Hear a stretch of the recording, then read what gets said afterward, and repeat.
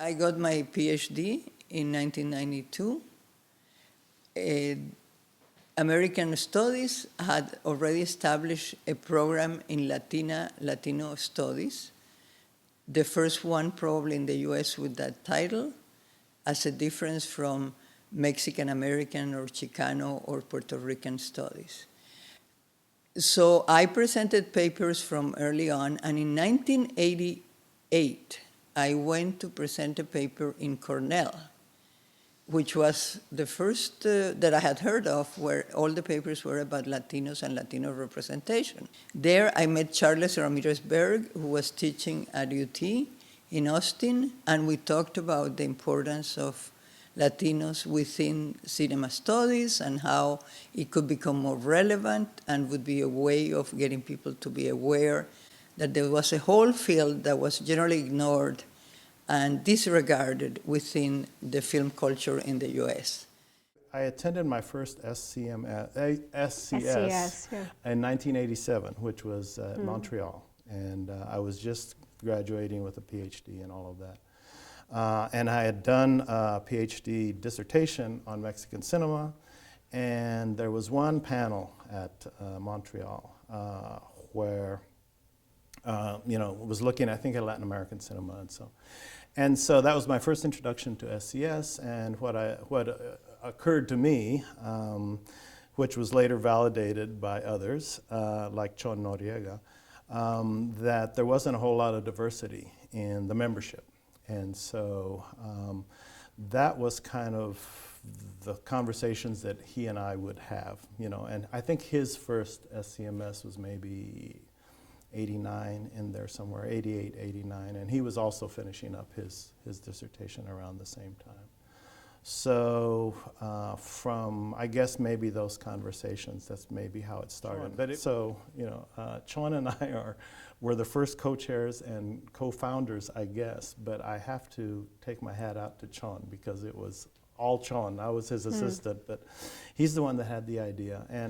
And Chon is very good at things like that. He understands, he just has this knack for understanding how organizations work and how to get organizations to work for you, and who to ask and what to ask and when to ask and all of that. So it was his idea, and I responded and I said, you're right, and I must have said something like, let me know what I can do, or if you need some help or whatever. And next thing I know is he said, okay, you and I are gonna found, the Latino Caucus. And later on, just to tell you how whimsical history can be, later on I asked him, how did I get to be co-founder? And he said, oh, you're the only one that answered my mail.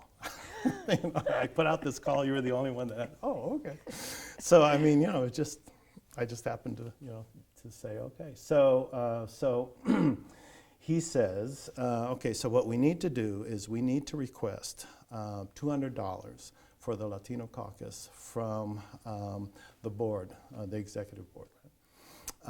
And I don't think I was a member yet. I was elected to the board, I think in '91. So this was probably right before that.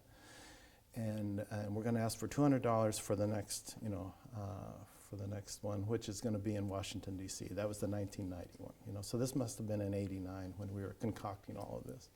And just to show you how smart Chon is, I really admire his savvy, just in terms of, like I say, organizations and how they work and all of that. And I remember telling him, Chon, what can we do with $200? That's nothing. And his answer was, the amount doesn't matter. What matters is that we become a line item in the budget. And he's absolutely right. He said, once you're a line item and it's $200 or whatever, then next year you're on the budget and you exist and you have a validity and you have an identity and everybody knows that you're there. It's like you exist. And they give us the $200. And I remember at that 1990 conference, so what we did with the $200, what are we going to do with the $200? Oh, we're going to have a meet and greet. We're going to have wine and cheese. And it was at 5 o'clock some evening, and Chon and I get there at 4:30, and we're, setting things up and all that stuff, and wondering if anybody is going to show up, and lots of people showed up. It was immediately successful, you know. And right after that, we got a lot of assistance from Ana Lopez, who's at Tulane still, and was then, and Margarita de la Vega Hurtado, who was at Michigan. And, you know, and they chipped in and they really helped a lot, just in terms of helping out, you know, just assisting us to put it together. So then what happened, what we realized, and I think partially from who turned up at the wine and cheese meet and greet, we realized, so initially it was a diversity kind of initiative. You know, let's try to get, you know, some diversity. Let's try to get some Latino students, graduate students, and faculty members. But then we realized we should also be open to people who are doing research on Latinos in media, film, television, whatever, in the States and in Latin America, because there's a lot of people. And then we realized, oh, just because you're Latino doesn't mean you're going to be researching Latinos. You can be researching horror films or whatever you want, right? But we still want you. And just because you're not Latino, you could be looking at, you know, Latino stereotypes or Mexican cinema or something. And we want you too. So then we realized the kind of the research focus was also part of it. You know, so if you're interested in Latinos in media, here or abroad, in Latin America, we're interested, and come and join us. And that kind of solidified what we were about at the time, you know, just, and then it was a lot of people, and then it was a lot of fun, and we were exchanging ideas, and it was very open, and it was an exciting time. You know, I must say SCS was very welcoming, and they're very supportive, and once we got the caucus going, they were really, I mean, just 100% supportive. It wasn't mean-spirited at all. It wasn't, you know, it hadn't occurred to them, you know, oh, yeah. And I think if it had occurred to them, they would have said, yeah, but how exactly do we do it? And then, you know, along came Chon, you know, and, you know, and Ana and Margarita, you know, so, and we kind of showed them. Well, you know, I think that it was a really important time, and that the caucus made inroads in teaching scholars of film about the fact that, you know, film starring Latinos, by Latinos, about Latin America and Latinos in the U.S., that there was that they had a place at the table. No, exactly. Yeah, and we didn't quite feel that way in the late 80s when we were attending, you know. Okay, once we had the idea of the caucus, it was formed slowly.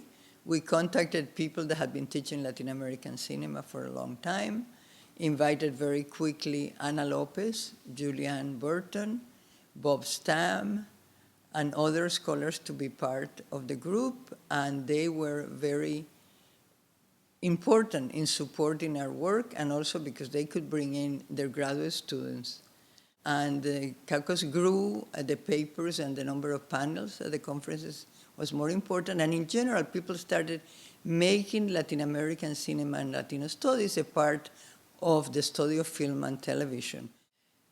It was difficult to establish the idea and to clarify that there was Latin American cinema, but there was also Latino cinema made in the United States, and to talk about those differences.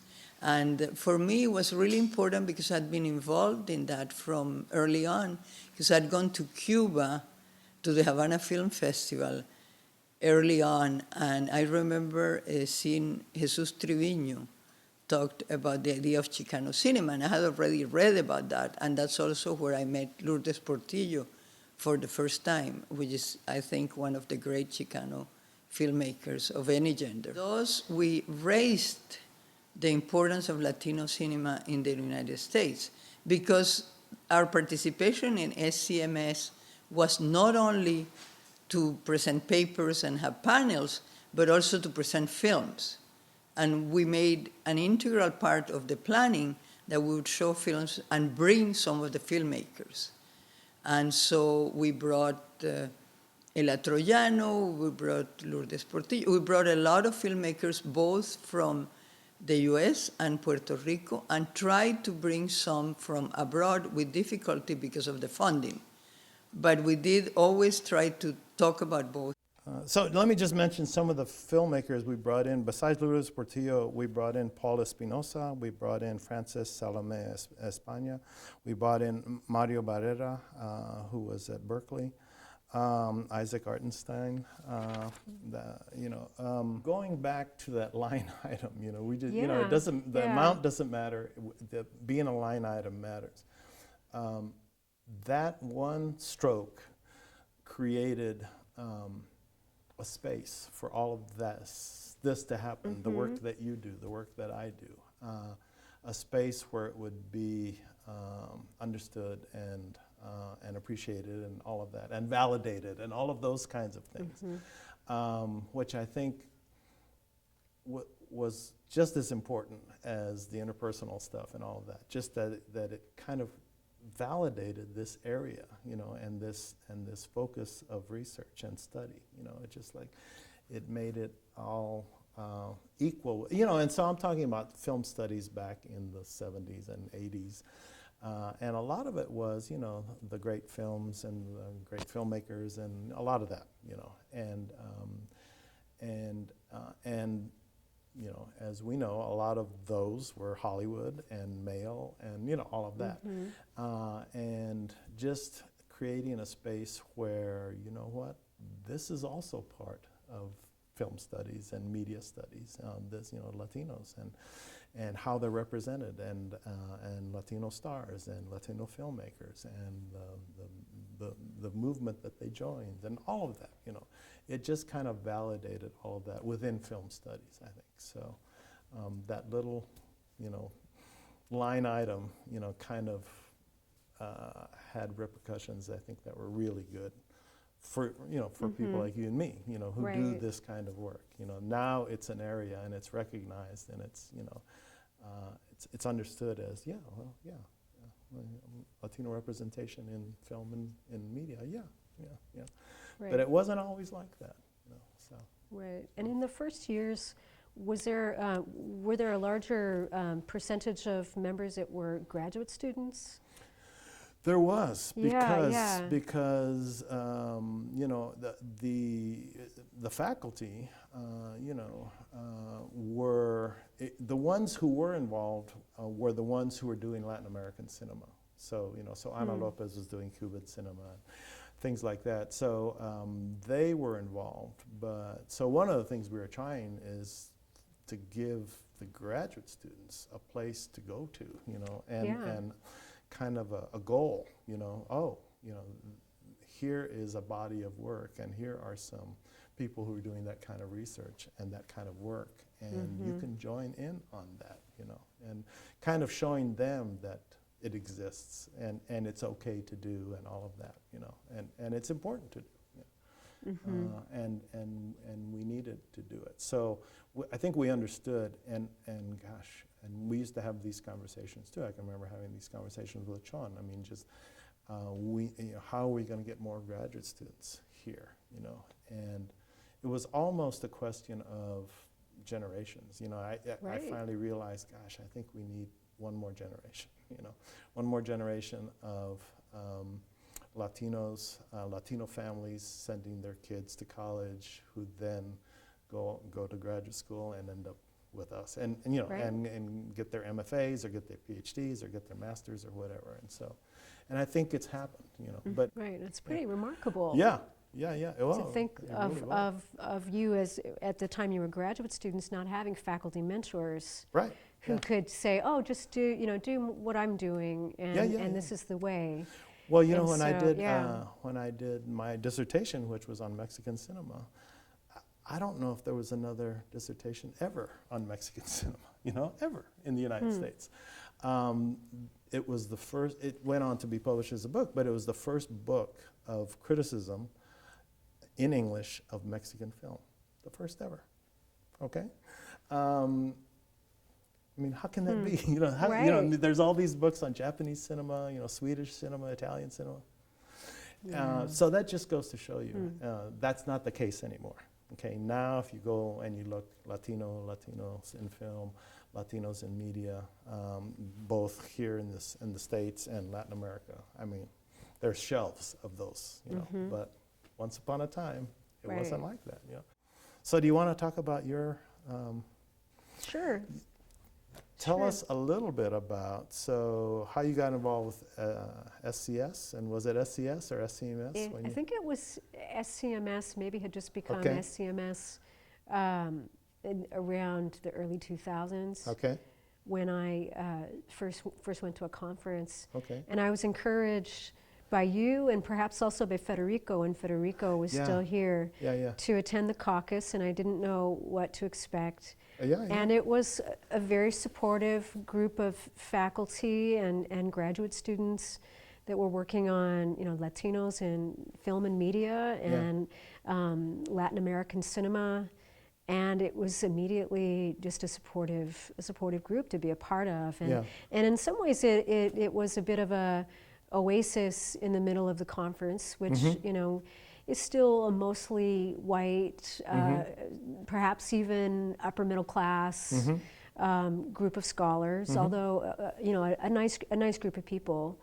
And so it was very easy to get involved. And I think that the caucus has changed somewhat as the need has become less dire.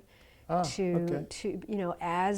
talk a little bit about that. As those of you Yeah. that started the caucus became established faculty, you've mentored a number of different scholars along the way, and have made such inroads that I think it's a little easier, to be a Latino scholar or a scholar looking at Latinos in media. Yeah.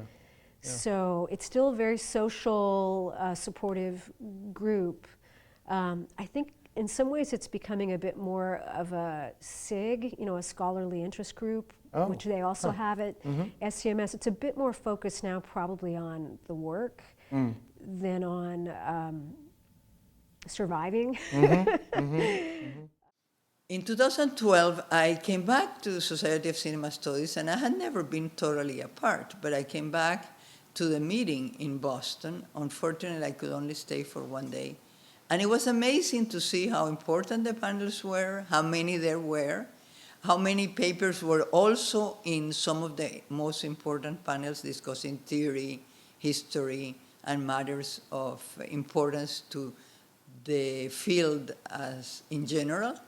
So as a Latina and a Latin Americanist, I was really delighted and proud to see how far we had managed to earn our place that we always had deserved within the field.